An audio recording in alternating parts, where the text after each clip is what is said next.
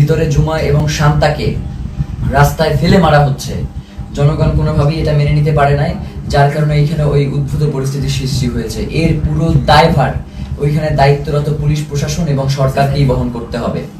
প্রিয় ভাইয়েরা, আপনাদেরকে স্পষ্ট করে জানাই যে সামনে খুবই গুরুত্বপূর্ণ একটা নির্বাচন রয়েছে 12 তারিখ। এখানে বাংলাদেশের স্বাধীনতা, সার্বভৌমত্ব সহ বাংলাদেশের নিরাপত্তা জনিত বেশ কিছু বিষয় জড়িত রয়েছে, যার কারণে অবশ্যই 12 তারিখে নির্বাচন হতে হবে। এবং যারা 12 তারিখে নির্বাচন বানচাল করে দেওয়ার জন্য আমাদের উপরে আক্রমণ করেছে, তাদের এই নীল নকশাকে বৃদ্ধাঙ্গুলি দেখিয়ে আমাদের জনগণের অধিকার আমাদের বাস্তবায়ন করতে হবে। প্রিয় ভাইয়েরা, জনগণ, বাংলাদেশের জনগণ প্রচন্ড শান্তিপ্রিয় এবং তারা সব সময় সরকারকে সহযোগিতা করে আসছে, কিন্তু সরকার সেই জনগণের উপরে আজকে মুহুর্মুহু sound grenade, tear shell, rubber bullet এগুলো নিক্ষেপ করেছে। এবং এখনো তারা বিভিন্ন জায়গায়, যেমন শাহবাগে এখনো সম্ভবত আক্রমণ চলছে। একটু আগেও আমরা এই লাইভ শুরু করবার আগে দেখতেছিলাম যে শাহবাগে আক্রমণের মতো ঘটনা ঘটতেছে। তো এবং 100-র অধিক শাহবাগেও আহত হয়েছে। তো এই যে পুলিশের ন্যাক্কারজনক হামলা এবং তাদের যে লাগাম টেনে ধরা হচ্ছে না, তারা বলছে, মানে আপনি একটা জিনিস খেয়াল করেন, তারা বলছে যে আয় হাদির লাশ নিয়ে যা। মানে এইটা পুলিশের, মানে সে যদি আওয়ামী লীগ না হয়, সে যদি মানে সত্যিকার অর্থেই কোনো পুলিশ সদস্য হয়ে থাকে, তাহলে তার এই ধরনের কথা বলবার কোনো প্রশ্নই আসে না। তো আমরা স্পষ্টভাবে বুঝতে পারছি যে বর্তমান পুলিশ প্রশাসনের এই যে আওয়ামী লীগ গোষ্ঠী যারা এখন পর্যন্ত রয়ে গেছে, তাদেরকে ছাঁটাই করবার না করবার কারণে এই ধরনের উদ্ভূত পরিস্থিতি তৈরি হয়েছে। এর দায়ভার এই অন্তর্বর্তীকালীন সরকারকেই নিতে হবে। এবং আমরা আশঙ্কা করছি যে যমুনার ভিতরে হয়তো অন্তর্বর্তীকালীন সরকার সেফ না, কারণ যারা আমাদের উপরে যেইভাবে আক্রমণ করেছে, তারা যে কোনো মুহূর্তে যমুনায় ডক্টর মোহাম্মদ ইউনূসের উপরে আক্রমণ করতে পারে। এই ধরনের একটা আমরা আশঙ্কা বোধ করছি, কারণ এদের আক্রমণের সাথে হাসিনার পুলিশ লীগের আক্রমণ পুরোপুরি মিলে যাচ্ছে। এবং সেই সাথে আমরা এটাও আপনাদেরকে বলতে চাই যে আমরা দেখতেছেন তো আমাদের কি অবস্থা, তারপরেও আমাদেরকে শান্তিপূর্ণভাবে সকল অবস্থার মোকাবেলা করতে হবে। আমরা চাই যাতে বাংলাদেশে কোনো উদ্ভূত পরিস্থিতির সৃষ্টি না হোক, যার মাধ্যমে মূলত আজকের আক্রমণটা হয়েছেই হচ্ছে নির্বাচনকে বানচাল করে দেওয়ার জন্য। সুতরাং এই নির্বাচন অবশ্যই হতে হবে এবং সেটা 12 তারিখেই হতে হবে। এবং যারা নির্বাচন বানচাল করতে চায়, তাদেরকে আমাদের রুখে দিতে হবে। আমরা কোনোভাবেই এই নির্বাচনকে বানচাল করতে দিব না, কারণ বাংলাদেশের জন্য এই নির্বাচন অত্যন্ত গুরুত্বপূর্ণ। প্রিয় ভাইয়েরা, সেই সাথে আমরা আপনাদেরকে স্পষ্ট করে যে জিনিসটা জানাতে চাই, সেটা হচ্ছে শহীদ ওসমান হাদির হত্যার যেই তদন্ত, সেটা জাতিসংঘের অধীনেই হইতে হবে।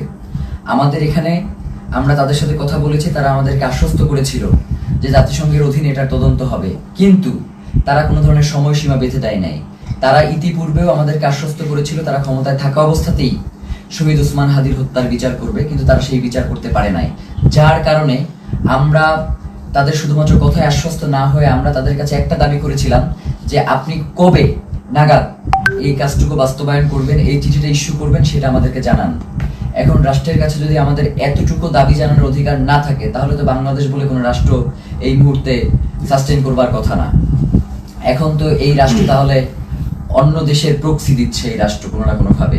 তো প্রিয় ভাইয়েরা, আপনাদেরকে স্পষ্ট করে বলি, শহীদ ওসমান হাদির হত্যার তদন্ত জাতিসংঘের অধীনেই হইতে হবে এবং 8 তারিখে অবশ্যই এই অন্তর্বর্তীকালীন সরকারকে জাতিসংঘের কাছে চিঠি প্রেরণ করতে হবে।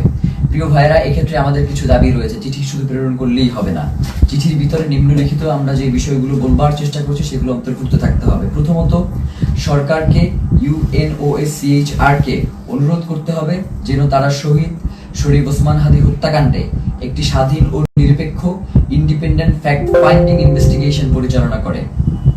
এই তদন্তের স্পষ্ট কার্যপরিধি থাকবে যাতে ঘটনার সত্যতা নির্ধারণ, দায়ী ব্যক্তি ও তাদের সহায়ক নেটওয়ার্ক শনাক্তকরণ এবং জবাবদিহিতা নিশ্চিত করে করণীয় সুপারিশ অন্তর্ভুক্ত থাকবে। সরকারকে অনুরোধ করতে হবে যেন তদন্তে শুধু সরাসরি হামলাকারীদের নয়, বরং আড়ালে থাকা পরিকল্পনা, ষড়যন্ত্র, জড়িত থাকা বা সহযোগিতা, সহায়তা প্রদান কিংবা আশ্রয় প্রশ্রয় ও চিহ্নিত করা হয়, যা হত্যাকাণ্ড ও পরবর্তী পালিয়ে যাওয়াকে সম্ভব করেছে। মূল কথা হচ্ছে, খুন যারা করেছে, খুনের পেছনে যারা পরিকল্পনা করেছে, এখন পর্যন্ত খুনিদেরকে যারা আশ্রয় প্রশ্রয় দিয়ে রাখছে, তাদেরকেও এই তদন্তের মাধ্যমে উদ্ঘাটন করে নিয়ে আসতে হবে। সরকারকে পূর্ণ সহযোগিতার নিশ্চয়তা দিতে হবে। এতে প্রাসঙ্গিক প্রমাণ ও স্থানসমূহে প্রবেশাধিকার অন্তর্ভুক্ত থাকবে। একই সঙ্গে রাষ্ট্রীয় বা অরাষ্ট্রীয় কোনো পক্ষের হস্তক্ষেপ না হওয়ার নিশ্চয়তা প্রদান করতে হবে।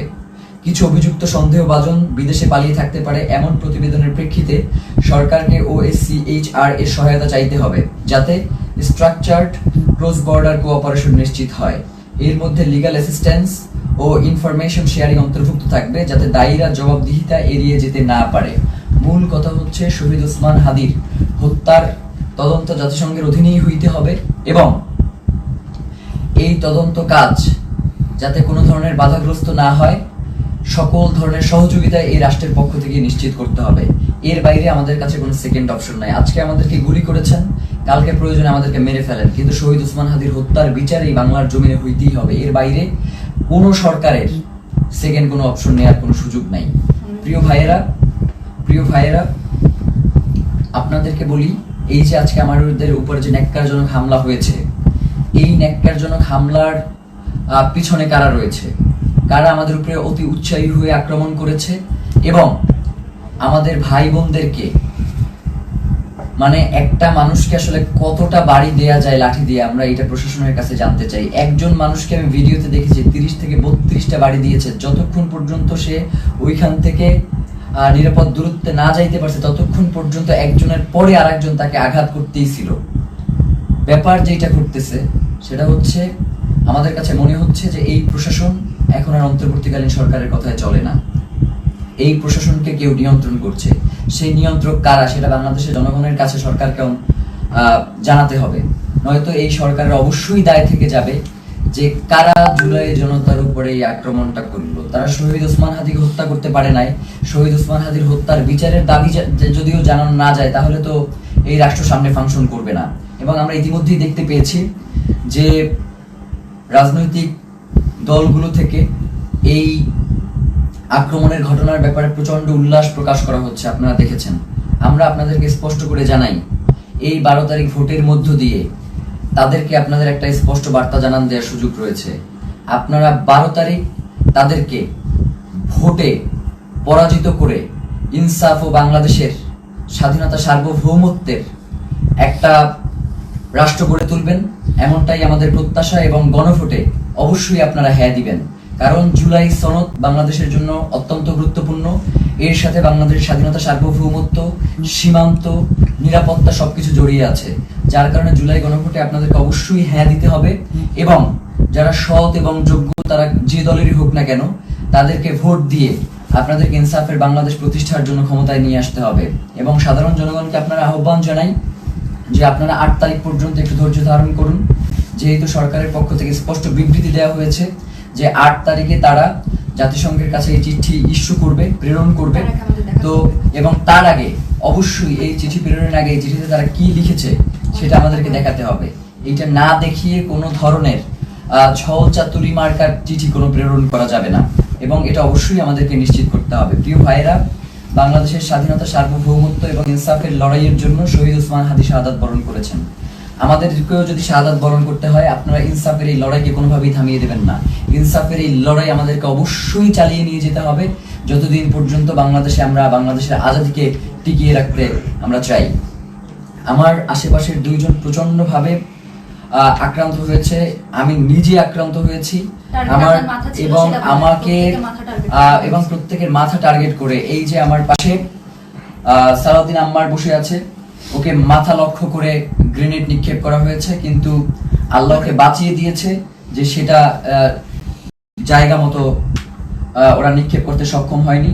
ওর মুখে সেলাই দিতে হয়েছে, ওর হাতে ব্যান্ডিজ, জুমার গালের প্রত্যেকটা জায়গা আছড়ানো, মাথায় বাড়ি দিচ্ছে, শান্তাকে গলা টিপে ধরেছে।